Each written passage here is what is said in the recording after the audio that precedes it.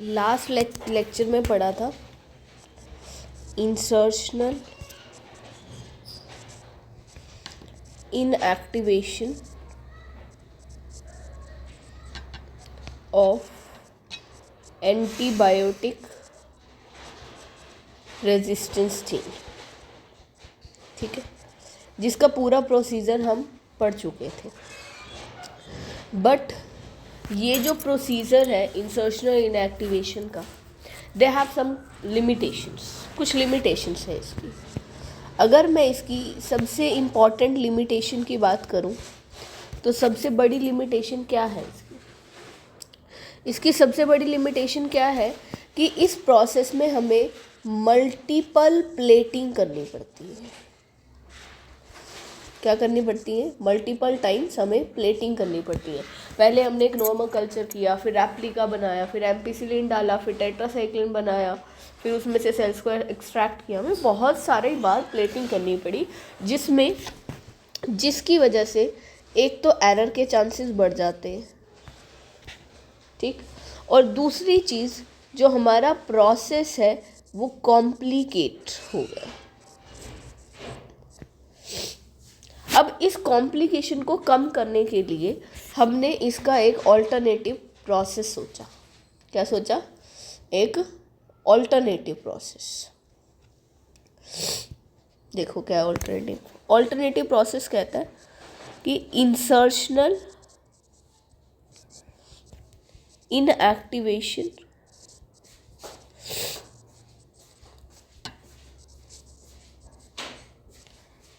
Spelling गलत हो गई। Insertional inactivation of lag-Z gene. Clear है पॉइंट? इसी का ही एक हम ऑल्टरनेटिव मैकेनिज्म पढ़ रहे हैं। सेम वैसा ही है, स्मॉल चेंजेस आर देयर। उस प्रोसेस को कॉम्प्लिकेट कम करने के लिए हमने ये प्रोसेस चूज़ किया। देखो कैसे किया। अब इसके अंदर हम क्या कर रहे हैं, सबसे पहले हमने इसके अंदर क्या किया, हमने वेक्टर चेंज कर दिया। क्या चेंज कर दिया? वेक्टर को चेंज कर दिया। पहले जो हम वेक्टर यूज़ कर रहे थे वो था PBR322, जिसमें हम एंटीबायोटिक रेजिस्टेंस जीन को सेलेक्टेबल मार्कर की तरह यूज़ करते थे। अब ये यूज़ ना करके इसकी जगह पर हम वेक्टर यूज़ करेंगे PUC8 वेक्टर। देखते हैं इसकी स्पेशलिटी क्या होती है, ठीक है। ये सपोज एक वेक्टर है, हम सिर्फ मेन पार्ट्स की बात करेंगे, इसकी डिटेल्ड पार्ट में नहीं जाएंगे। और ये इसके पास एक स्पेसिफिक जीन है, ठीक है। ये जो जीन है वो है लैग-जेड जीन, जो जब एक्सप्रेस करता है तो एक एंजाइम बनाता है बीटा गैलेक्टोसाइडेज। क्या बनाएगा? बीटा गैलेक्टोसाइडेज नाम का एक एंजाइम बना देगा। क्लियर? ये बीटा गैलेक्टोसाइडेज नाम का जो एंजाइम ये बना रहा है, इसका काम क्या होता है? इसका काम होता है लैक्टोज को ब्रेक डाउन करके ग्लूकोज प्लस गैलेक्टोज बनाना। मतलब एक तरह से लैक्टोज को तोड़ के एनर्जी के सोर्स को जनरेट करना। समझ में आ गई? बैक्टीरिया में। तो अब हम इस वेक्टर को यूज़ करने वाले हैं, ठीक है। पहली चीज़ जो हमने इसमें चेंज की है, इसी से ही हमारा पूरा प्रोसेस आगे चेंज होने वाला है। देखो कैसे किया हमने। सबसे पहले क्योंकि हमें क्लोनिंग करनी है तो हमारे पास क्या होना चाहिए? एक डिज़ायर्ड जीन। हमने ये ले लिया एक desired gene. Plus desired gene लेने के साथ साथ अब हमने दूसरा क्या लेना है? वेक्टर। ये वेक्टर हमने अभी चूज़ किया था, मैंने अभी बताया था। ये हमने लिया वेक्टर, जिसमें ये एक जीन जो लगा हुआ है जिसको हम बोलते हैं लैग-जेड जीन।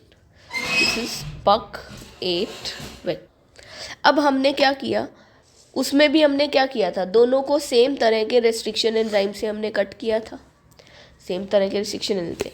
अब हमने यहाँ पर एक ऐसा रेस्ट्रिक्शन एंजाइम यूज़ किया है, तो एक ऐसा रेस्ट्रिक्शन एंजाइम जो क्या करेगा, इसके बीच में कट करेगा। जब वो इसके बीच में कट करेगा तो देखो ये कैसे टूटा, ऐसे टूटा, ये आधा लेग जेड जीन ये रहा और आधा लेग जेड जीन ये रहा। क्या बात समझ में आ गई हमें? प्लस हमारे पास यहाँ पर वो desired gene as it is है। क्लियर? अब इन दोनों को जोड़ने के लिए हमने इसके अंदर पहले की तरह क्या डाल दिया, डीएनए लाइगेज। जब मैं इन्हें जोड़ने की कोशिश करूँगी तो पिछली बार भी हमने दो पॉसिबिलिटी ली थी कि हो सकता है कि ये आपस में दोबारा से जुड़ जाए और प्लाज्मिड बना दे, हो सकता है बीच में हमारा डिज़ायर्ड डीएनए जुड़कर रिकॉम्बिनेंट डीएनए बना दे। तो वही सेम पॉसिबिलिटी लेके चल रहे हैं कि हो सकता है ये वेक्टर देखो एज इट इज़ दोबारा जुड़ गया, ये लेग जेड जीन था बीच में प्लाज्मिड की फॉर्म में, राइट। दूसरी पॉसिबिलिटी है, हो सकता है कि ये खुद पूरा ना जुड़ा, बीच में हमारा ये डिज़ायर्ड डीएनए जुड़ गया। ठीक है, ये आधा लेग जेड यहाँ और आधा लेग जेड यहाँ, दिस इज रिकॉम्बिनेंट डीएनए। क्या यहाँ तक कोई डाउट है हमें? ठीक है, अब फर्दर देखते हैं। जब मैंने इतना कर लिया तो मेरा फर्दर काम क्या है, I have to insert this into the bacteria. तो मैंने कह दिया कि now insert this into desired host, जो भी हमारा होस्ट है, जो कि यूजुअली हम यहाँ पर इकोलाई मान कर चलते हैं, हमने उसमें इंसर्ट कर दिया। जब मैं उसके अंदर इंसर्ट करूँगी तो ध्यान देना मेरे पास 3 बैक्टीरिया आएंगे, 3 पॉसिबिलिटीज़ बनेंगी, राइट। 3 तरह की पॉसिबिलिटीज़ बनेंगी।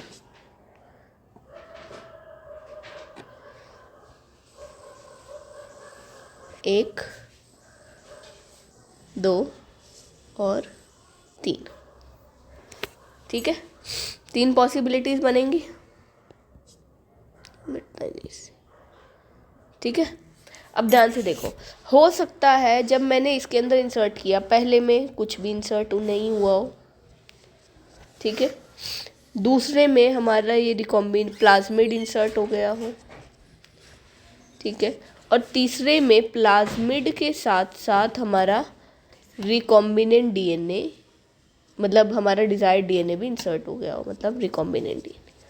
3 पॉसिबिलिटीज़ थी हमारे पास पहले, अब भी वही सेम 3 पॉसिबिलिटीज़। क्लियर है पॉइंट? अब इन 3 पॉसिबिलिटीज़ के बाद हमने क्या किया था उसके अंदर, पहले वाले प्रोसीजर में हमने किया था कि इसको कल्चर कर लिया था कल्चर प्लेट पर। तो now culture them on culture plate. Culture plate पे क्या कर लिया हमने, इसको कल्चर कर दिया। जब मैंने इसको कल्चर किया तो अब कल्चर करूँगी तो मेरे पास कल्चर प्लेट आ गई, ये मेरे पास कल्चर प्लेट आई थी। ध्यान से सुनना, अब डिस्टिंग्विश डिफरेंस आएगा। कल्चर प्लेट पर जब मैंने इसे ग्रो किया, सबसे पहले जब भी हम कल्चर प्लेट यूज़ करते हैं तो कोई एक मीडियम यूज़ करते हैं, न्यूट्रिएंट मीडियम, जिस पे आप उसको ग्रो करेंगे। ये जो न्यूट्रिएंट मीडियम है वो एक्स गाल कंटेनिंग न्यूट्रिएंट मीडियम है। क्या है ये? एक्स गाल कंटेनिंग न्यूट्रिएंट मीडियम। अब इसकी क्या स्पेशलिटी है, ध्यान से देखना, बाद में बताऊंगी कैसी कॉलोनीज आई, क्यों आई। अब ये एक्स गाल कंटेनिंग मीडियम क्या है, देखते हैं इधर।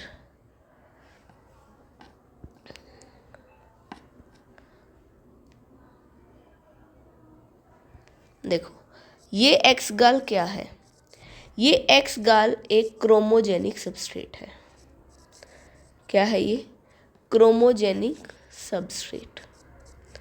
क्रोमोजेनिक मतलब कलर प्रोड्यूसिंग, ठीक, जो कलर प्रोड्यूस करेगा।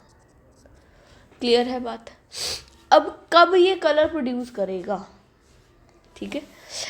दूसरी स्पेशलिटी इसकी, ये एक्स गाल सिनोनिम है, एक तरह से सिमिलर है किसके? लैक्टोज के।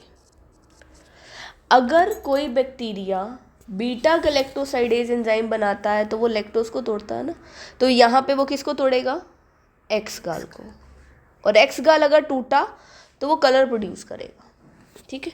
ध्यान से दो, मतलब अब एक्स गाल 2 तरीके से काम करेगा, या तो बीटा गैलेक्टोसाइडेज की प्रेजेंस में या फिर उसकी एब्सेंस में।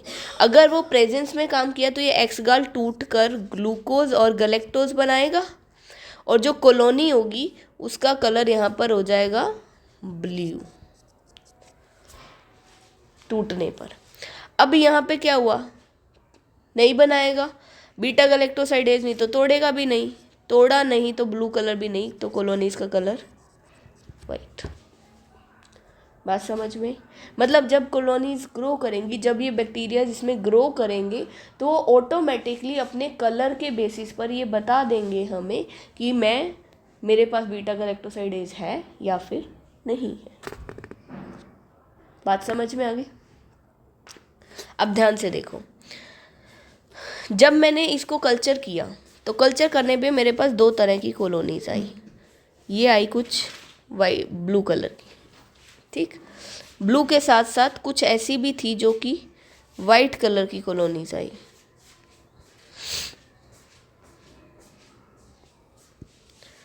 ये वाइट कलर की, ठीक है।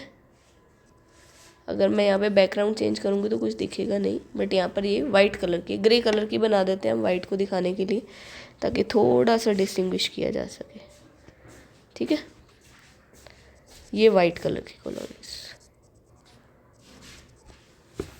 ठीक है। दो तरह की कॉलोनीज आएंगी।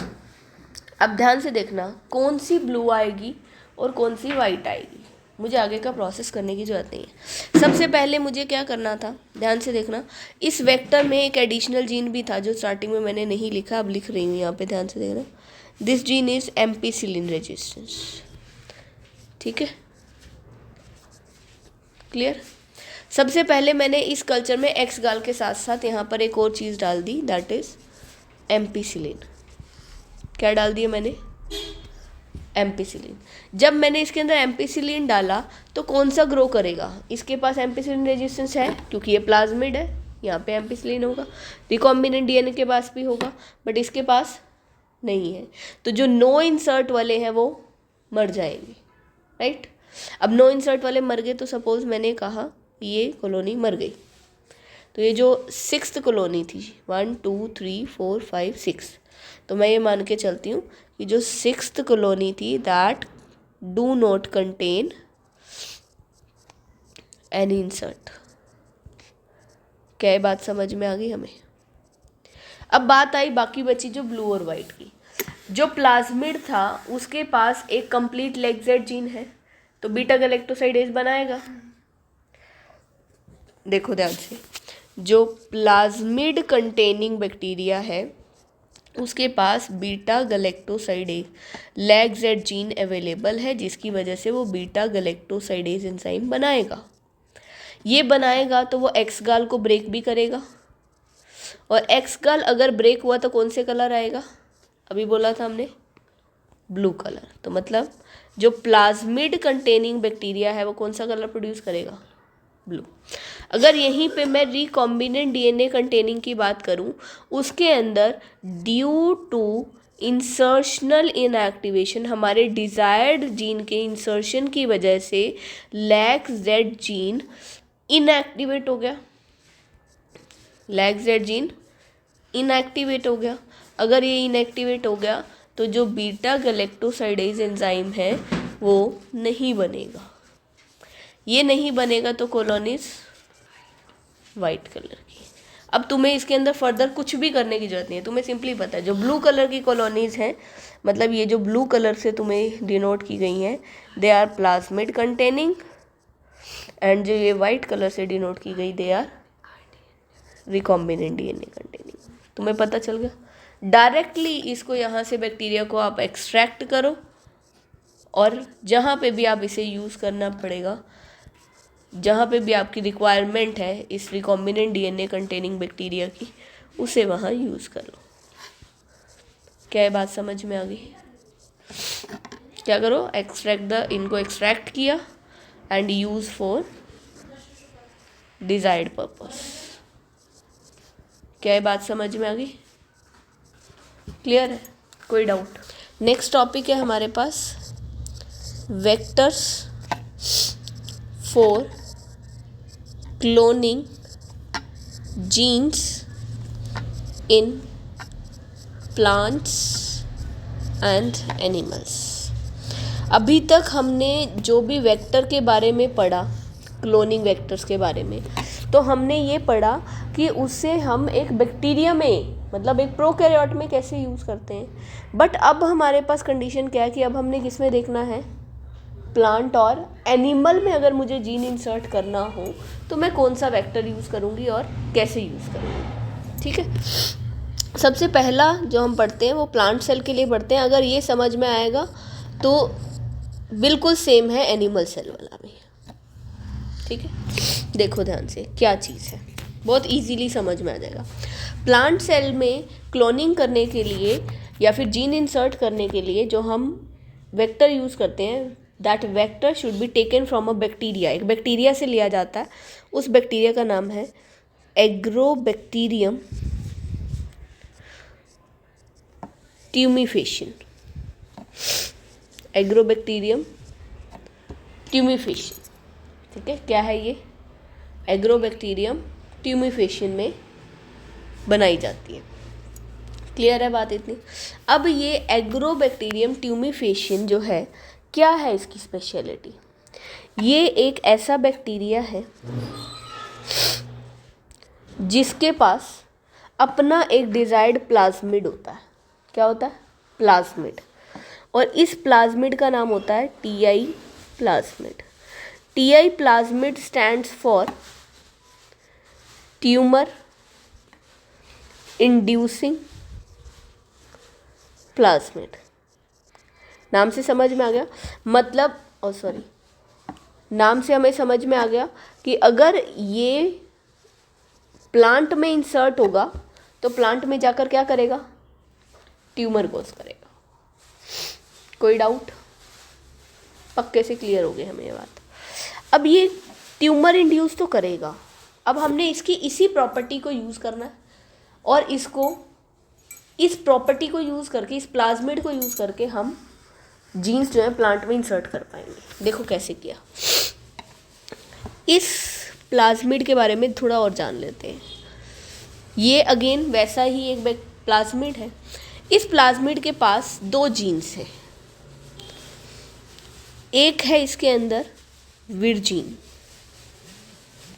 ठीक, और दूसरा है टीडीएनए नाम का जीन। ठीक, अब देखो दोनों का काम क्या है। जो विर जीन है और दूसरा है टीडीएनए। क्लियर, ये T-DNA stands for tumour DNA, मतलब ये वो मेन डीएनए है जो ट्यूमर कोज करेगा।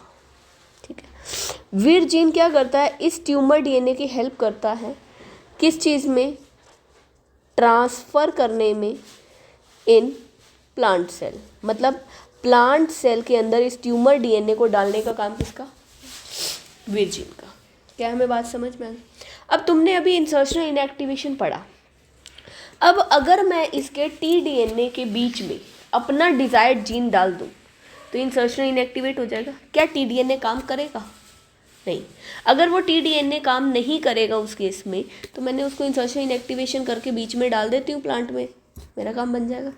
वही सेम काम हम यहाँ पे करेंगे। देखो कैसे, मैंने क्या किया, ये मेरा डिजायर्ड जीन जिस पे मैं काम कर रही हूँ, डिजायर्ड डीएनए, ठीक, प्लस उसके बाद मैंने ले लिया टीआई प्लाज्मिड। टीआई प्लाज्मिड के दो पार्ट, एक टीडीएनए और दूसरा विर जीन। हमें दोनों के काम पता है, यहाँ लिख देते हैं टीआई प्लाज्मिड। ठीक है, सेम वैसे ही अब मैंने इसको रेस्ट्रिक्शन एंजाइम से कट किया, इस तरीके से कट किया कि वो टीडीएनए के बीच में लगा दे कट। जब वो टीडीएनए के बीच में कट लगाएगा तो हुआ क्या, आधा टीडीएनए यहाँ, आधा टीडीएनए यहाँ, राइट, और हमारा विर जीन एज इट इज। विर जीन को हम नहीं छेड़ेंगे, क्यों, क्योंकि विर जीन ही तो ट्रांसफ़र करने का काम करेगा। अगर इसको छेड़ दे तो ट्रांसफ़र कौन करेगा। ठीक, प्लस हमारे पास क्या था, डिजायर्ड जीन। क्लियर, दोनों को डीएनए लाइगेज से जोड़ दिया। ठीक, जब तुमने इसको डीएनए लाइगेज से जोड़ा तो तुम्हारे पास पॉसिबिलिटीज़ तो आएंगी इस केस में भी। अब हम डिज़ायर डायरेक्ट बात कर रहे हैं। ये बीच में मैं ये मान के चल रही हूँ ये जुड़ गया, ये टीडीएनए आधा इधर और ये टीडीएनए आधा इधर और ये virgin. This is recombinant DNA. क्या हमें इसमें कोई डाउट है? अब हमने क्या किया, इस रिकॉम्बिनेंट डीएनए को वापस से इंसर्ट कर दिया किसमें? इन एग्रोबैक्टीरियम, इसी के ही बैक्टीरिया में, क्योंकि बैक्टीरिया और इस एग्रोबैक्टीरियम को जो कि मॉडिफाइड था, यहाँ पे एम लिख देती हूँ, स्टैंड्स फॉर मॉडिफाइड। ये मॉडिफाइड एग्रोबैक्टीरियम को अलाउ किया टू इन्फेक्ट द प्लांट, कि वो क्या कर दे? प्लांट को इन्फेक्ट करे। जब ये प्लांट को इन्फेक्ट करेगा it will insert it's plasmid. उसको क्या पता कि मैंने मॉडिफाइड किया हुआ है? वो तो नॉर्मल प्रोसेस से क्या करेगा, जो टीआई प्लाज्मिड है उसको इंसर्ट कर देगा किसमें? अगेन मॉडिफाइड टीआई प्लाज्मिड को, या फिर ये बोलूँ इंसर्शनल इनएक्टिवेटेड टीआई प्लाज्मिड को उसने इंसर्ट कर दिया इनटू प्लांट सेल। बट अब प्लांट सेल के अंदर ट्यूमर नहीं बनेगा, there will be no tumour. क्यों ट्यूमर नहीं बना? Due to insertional inactivation, due to insertional inactivation of TDNA. TDNA insertional inactivate हो गया था, इसलिए ये इसके अंदर ट्यूमर कॉज नहीं करेगा, बट एक्सप्रेस आर डिजायर्ड